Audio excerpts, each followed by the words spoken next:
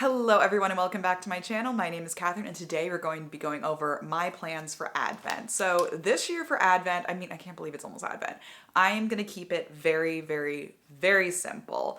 I think I've been too ambitious in the past with some of my Advent or Lent plans, doing these devotionals and whatnot and everything, and it just gets overwhelming. So this year we're going to keep it simple, easy goals that I will be easily able to accomplish, not trying to just outshine myself. I can do these goals. So simplicity is my word for Advent. Starting off with the St. Andrew Novena. I do have a full-length video on the St. Andrew Novena explaining it and everything else that I'll link down below. But for those who don't know, the St. Andrew Novena is a prayer you pray 15 times from November 30th, St. Andrew's feast day, to Christmas Eve. So every year I pray it for a different intention. This year I'm praying it for a personal intention that I won't share, but it's an intention that I've never prayed for. So I'm excited to pray this novena. Just a reminder, just because you pray this novena does not mean you'll automatically get it, or it will be granted, or what have you, or maybe you'll see fruits of it, maybe you won't see fruits of it, who knows. But I am excited for this prayer. It's very, very easy to pray. If you miss a day, just double up the next day. Don't be scrupulous. Don't freak out that you missed a day. Try and pray in the morning so that you don't miss it, but you don't freak out if you miss a day. The next thing that I'm going to do is try to get to Mass every single day. Now you might think, okay, that's an ambitious goal. However, I do live in New Jersey. We have Masses in the morning, we have Masses at lunchtime, we have Masses at night. There's so many options to get to Mass. Unfortunately, this year I don't live walking distance to a church. I live walking distance, but it would be a 45-minute walk, which just isn't really feasible. 45 minutes there, 45 minutes back. It's up the hill. If I miss a day, I do have a contingency plan in place that if I miss a day, I have to do an hour of adoration. There's perpetual adoration chapels near me. There's so many churches offering adoration for Advent. I don't think that will be that big a problem. Also, going to daily Mass, it rejuvenates your soul. You're able to follow a story.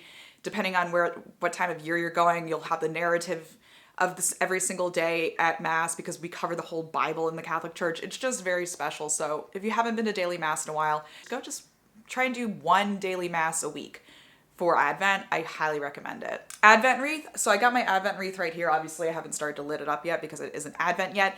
If you want to get Advent candles from a Catholic company, that's really great. Such a good way to support Catholic companies. However, buy your candles now because they do tend to sell out at some of these Catholic companies.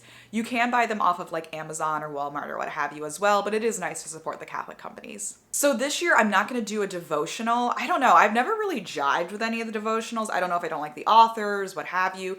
I'm just going to keep it really simple this year and read the Magnificat. This is November. I have to get December still, but it's really cool with the Magnificat. If you're not familiar with it, there are prayers in the morning, the afternoon, and night that you can follow. They have the Mass readings. So for example, if you're going to daily Mass, you can bring the Magnificat and then follow along with the Mass readings. This is really great if you're like me and you live in a bilingual area and you go to bilingual Masses. It's really key so you don't have to look at your phone for the Mass readings if it's in a different language. So that's really good. They also have like a saint of the day, so you can follow along with that. Magnificat's really, really simple and it keeps you nice and grounded. So I'm going to try and read that every single day of Advent to just have that instead of a devotional. Just read the scriptures. That's all you really need. So I'm also going to be planning my Christmas party for my young adult group, which I'm so excited about. We're going to have like a Christmas dance. It's going to be very formal. I'm going to try and get a lot of people to come, get people from other parishes in the neighboring community to come.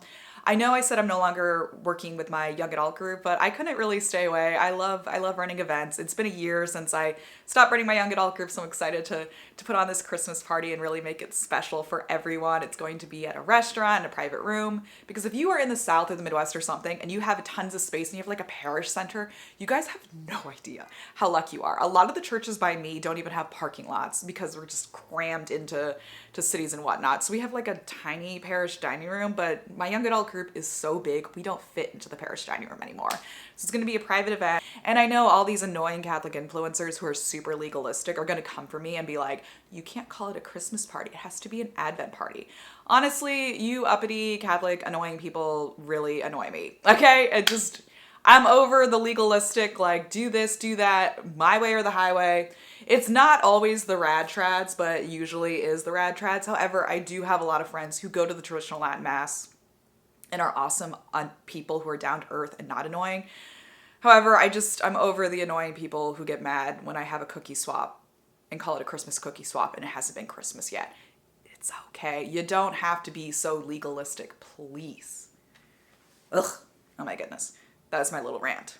I might try and attend a retreat. I had a retreat planned that I was going to attend, but unfortunately it got canceled. So I'm going to try and get to at least one retreat. I have a couple of, morning or night retreats that I've seen out there. I'll try to get to Catholic Underground, which is my favorite event in the city. The city is so beautiful at Christmas time. Manhattan. I'm talking about Manhattan because I live in New Jersey. Definitely try and get to a retreat if you have not been to a retreat in a while. They don't have to be an overnight retreat. You can go to a morning retreat, midday retreat. They don't have to be overnight. You don't have to go overnight for a retreat. Definitely try and take some time for yourself during this Advent to just cultivate a better relationship with God. We're always called to be striving for holiness, striving to increase our relationship with God. But especially during Advent, like this is such a great time. It's such a joyous time. And I'm gonna be spending so much time with my secular friends, going to Christmas parties and whatnot.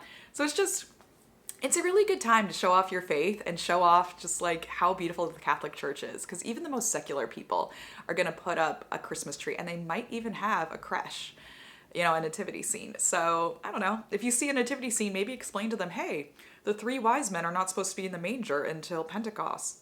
Not Pentecost, oh my goodness, the Epiphany. Whoops, right, it's the Epiphany. Did I just get it mixed up? I don't know. I have it written right here. I'm sure I just edited it in there right there. Anyway, it's a good chance to explain a little bit more about our faith, explain why we do the things that we do. So take this opportunity with your secular friends to maybe like weave in a little bit of our faith, because people are curious and they're your friends and they'll listen to you. So I don't know, you guys, don't be annoying when you're explaining our faith to people. Just, be smart, have some wisdom, do some research. You'll be okay.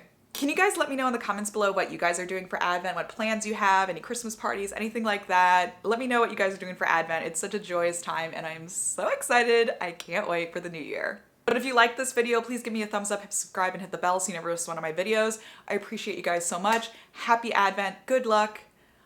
Handles are all, it's because they're new. I have to melt the wax to get them to stand up straight, but whatever. Happy Advent. Good luck. Bye.